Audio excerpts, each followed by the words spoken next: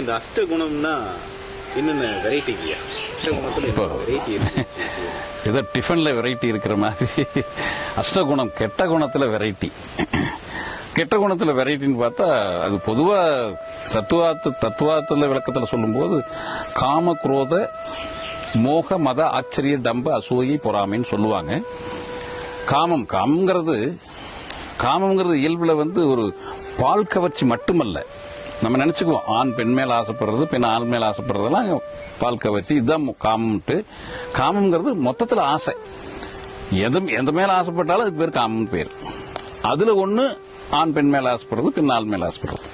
அப்போ ஆசைங்கிறது தான் பேராசை. அது ஆசைனா சாதாரண ஆசை இல்லை. தேவைக்கு விரும்புறது ஆசை இல்ல, தேவையை கடந்த பிறகு பேராசைன்னு சொல்றோம். அது காமம். அதுல பெண்ணாசையும் ஆணாசையும் வந்துடும். குரோதம்னா அதாவது ஒருத்தர் நல்லா இருந்தா அவங்க மேல ஒரு பழி சுமத்தி அவங்கள கெடுக்கிறது தன்மை, கெடுக்கும் தன்மை தான் குரோதம். காமம் குரோதம். பொறாமை, மனதுல பொறாமை வரும். டம்பம்ங்கிறது நான்கிற அகங்காரம். அதாவது ஒரு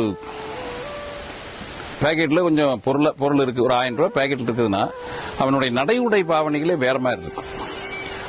அறிவிலையோ அருள்லையோ மிகச்சிறந்தவங்க உட்கார்ந்து இருந்தா கூட அதை கூட மதிக்காம அவன் பாட்டுல போவாங்க. அது பேரு டம்பம்னு பேர்.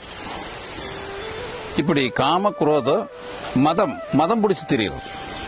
மதம்னா யானைக்கு மதம் பிடிச்சுன்னு சொல்லுவாங்க இல்லையா? அது போல மனிதன் எனக்கு அறிவு இருக்குது, அருள் இருக்குது, பொருள் இருக்குதுங்கிற மதம் பிடிச்சு தெரியுது. யானை மதம் பிடிச்ச மாதிரியே மனிதன் மதம் பிடிச்சு நான்கிற ஆணவம் இல்லாம இருக்கணும். நான் எனக்கு எல்லாம் தெரியுங்கிற அடிப்படையில் மதம் பிடிச்சு தெரியுறோம். அப்ப காமக்ரோத மதம் ஆச்சரியம், மாச்சரியம்னு பேர். மாச்சரியம்னா தன்னைத்தானே உயர்த்தி கொள்றது. மற்றவங்க எல்லாம் தாழ்ந்தவங்க, நான் மட்டும்தான் உயர்ந்தவன்னு இந்த சுப்பீரியாரிட்டி காம்ப்ளெக்ஸ் சொல்லுவாங்க.